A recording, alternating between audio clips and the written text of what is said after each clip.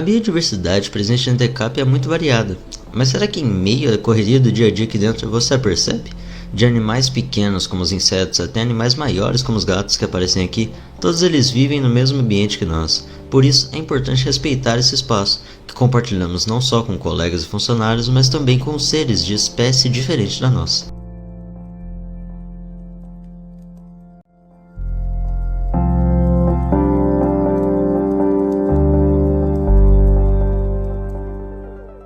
Começando pelos saguis, essas criaturas vivem nas árvores espalhadas pela ETCAP, mas principalmente no refeitório. Não é raro vê-los, apesar disso, ainda é importante alguns cuidados em relação a eles, como por exemplo, evitar alimentá-los. Essa medida se dá porque é importante que eles mantenham o instinto de ir atrás da própria comida, além de, é claro, que alimentar animais silvestres pode resultar em ataques do mesmo.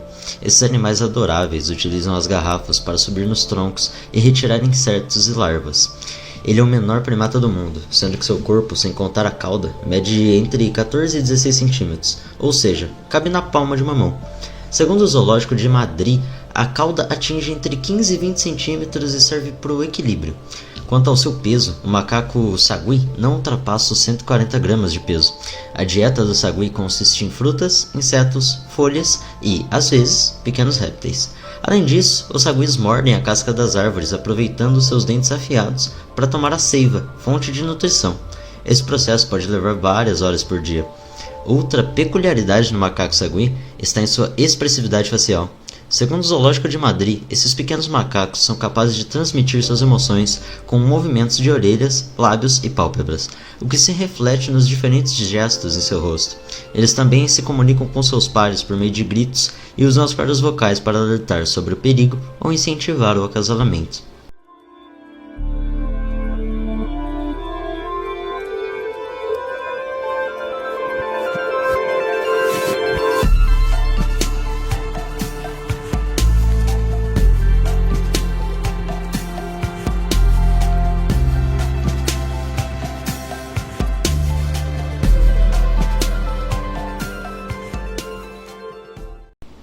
O laguinho da ETCAP é a casa de diversos seres vivos, incluindo seres imperceptíveis a olho nu, como por exemplo os zooplânctons. O laguinho é o habitat das carpas, que são 5 ao total. As carpas são peixes de coloração diversificada, geralmente encontrados em águas doces e temperadas, paradas ou lentas, lagos e áreas úmidas permanentes, geralmente com fundos de lodo. No caso do lago presente na escola, ele aparenta ser sujo, mas não é. A alta turbidez do lago garante que as carpas não sejam vistas por possíveis predadores, o que acaba protegendo as mesmas.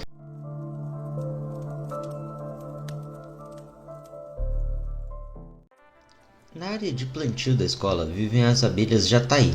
A maioria das abelhas jataí se alimenta de produtos obtidos nas flores, sobretudo o pólen na fase adulta. Além de produzir o mel, que foi considerado um dos mais ricos em antibacterianos, as abelhas são fundamentais para a polinização. As abelhas em geral são agentes polinizadores que desempenham um papel importante na reprodução das plantas, aspecto fundamental do equilíbrio da vida na Terra. Estima-se que sua polinização impacta diretamente em 90% da produção de comida do planeta. Elas polinizam mais de 70 das 100 plantas que servem de alimento para nós.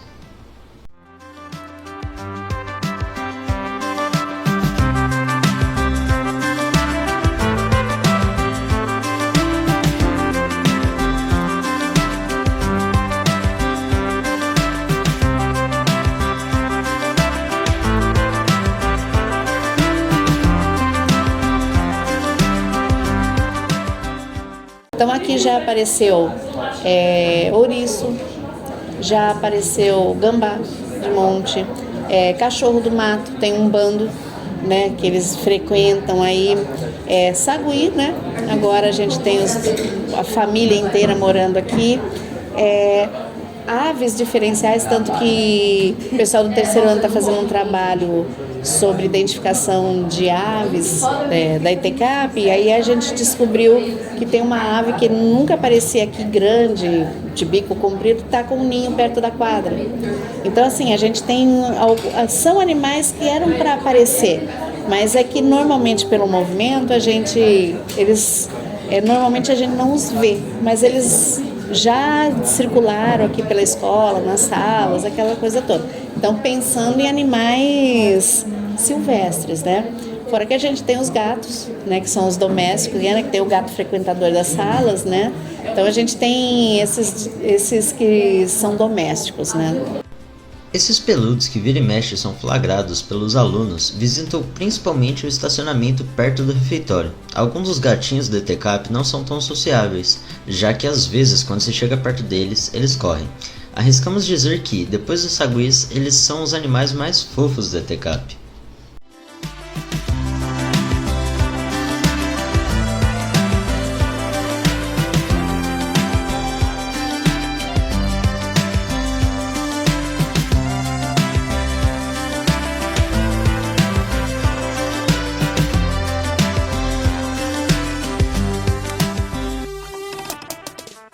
É impossível andar pela ETCAP e não achar nenhuma borboleta ou mariposa. O que diferencia uma da outra são o formato das antenas, a aparência das asas quando estão fechadas e o período de atividade.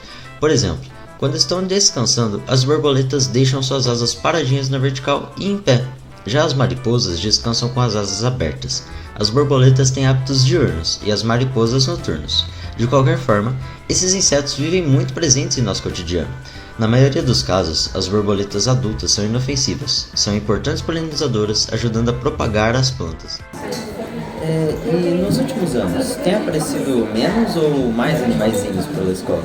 E quais os fatores que você acha que pode ter influenciado essa mudança? Olha, eu acho que antigamente aparecia mais, tá?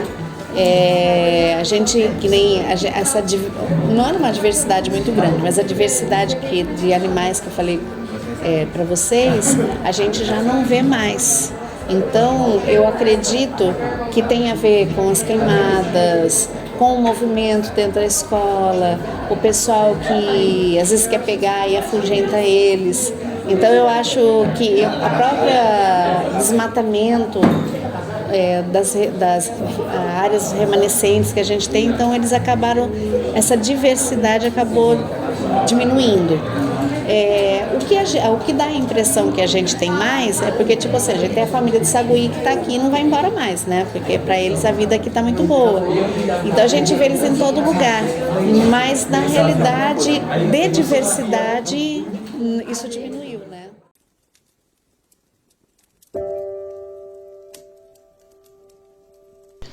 A ETCAP conta com um projeto chamado Coletivo Ambiental Ecocidadão, formado por alunos apoiadores da causa e pela professora de biologia Marcinha. O coletivo é responsável por ações ambientais dentro da escola. O coletivo possui um papel importante em relação aos cuidados com os animais, postando em sua página do Instagram cuidados que devem ser tomados em relação aos animaizinhos e também ajudando a manter as áreas verdes da escola, que são casa desses seres vivos.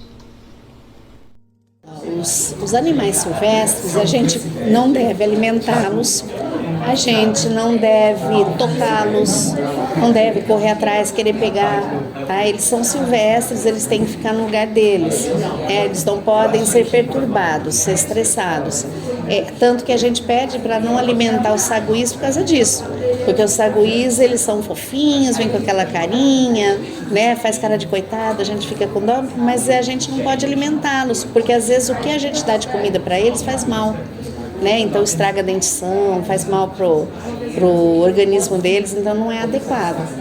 Os animais domésticos que a gente tem que respeitá-los, né? Então o gatinho que frequenta as salas, tá? A gente pode dar comida para ele, pode dar água, cuidar dele com carinho, mas a gente não pode maltratar, como os outros que ficam na região do estacionamento não podem ser maltratados também. A gente tem que cuidar deles, porque eles estão aí, não é porque às vezes acho que gato não deveria estar que eu devo maltratá-lo. A gente cuida o máximo que a gente puder. Então, a gente influencia, primeiro porque às vezes a gente está dentro da casa deles, né? Dentro do local. Então, tem barulho, quer mexer, né? Isso atrapalha, isso gera um estresse, porque o animal não quer isso, ele quer ficar na dele quietinho, né? Quando a gente alimenta de forma incorreta, então a gente está interferindo na saúde dele, a gente está prejudicando a saúde dele. Então, assim, a gente quebra a harmonia da vida deles, né? Quando a gente tá dentro fazendo um barulho, fazendo bagunça, mexendo, alimentando, então a gente quebra um pouco isso e a gente gera um estresse, né? A maioria dos animais não fazem mal a quem não faz mal para eles. Eles fazem parte da nossa vida diariamente. Por isso é muito importante respeitá-los e aprender a conviver com eles de forma pacífica. Não se esqueça de fazer bem ao meio ambiente. Lembre-se, a melhor forma de cuidar do meio ambiente é começando a cuidar do ambiente em que você vive diariamente, ou seja, a ETCAP. O planeta Terra é a nossa casa, e quando você cuida de quem convive com você e do lugar em que você vive, você está cuidando do planeta também.